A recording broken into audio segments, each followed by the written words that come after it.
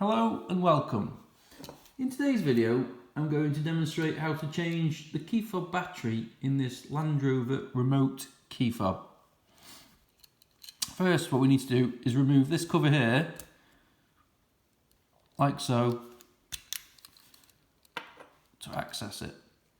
Okay, remove the little blade here, the emergency key blade.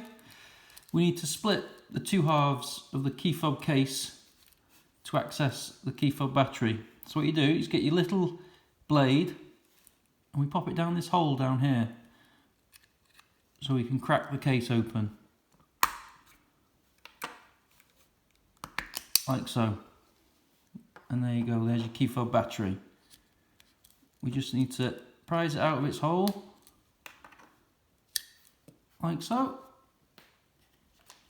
This key fob takes a battery with a part number of CR2032, like this one. Okay, we got our new key fob battery and we pop it back into the housing, making sure that the writing on the battery is facing upwards so it's in its correct location. And it's time to pop it back together. So we line up the casing, everything, there you go, click it back.